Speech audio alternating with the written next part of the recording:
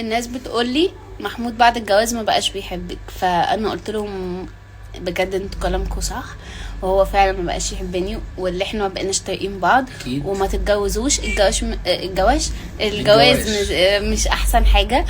وانا هو اصلا انتوا شايفين انا بقالي 3 اسابيع قاعده عند ماما، فبالتالي ان احنا ما بنتكلمش.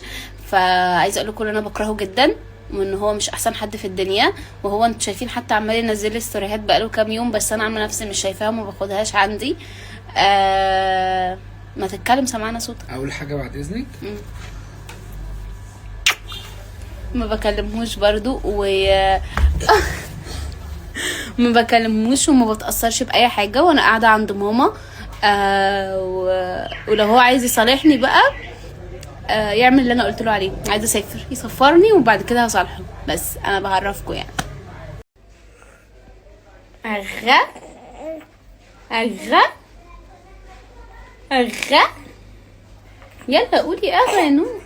اسم الله اسم الله اسم الله اسم الله يا ابو ماما.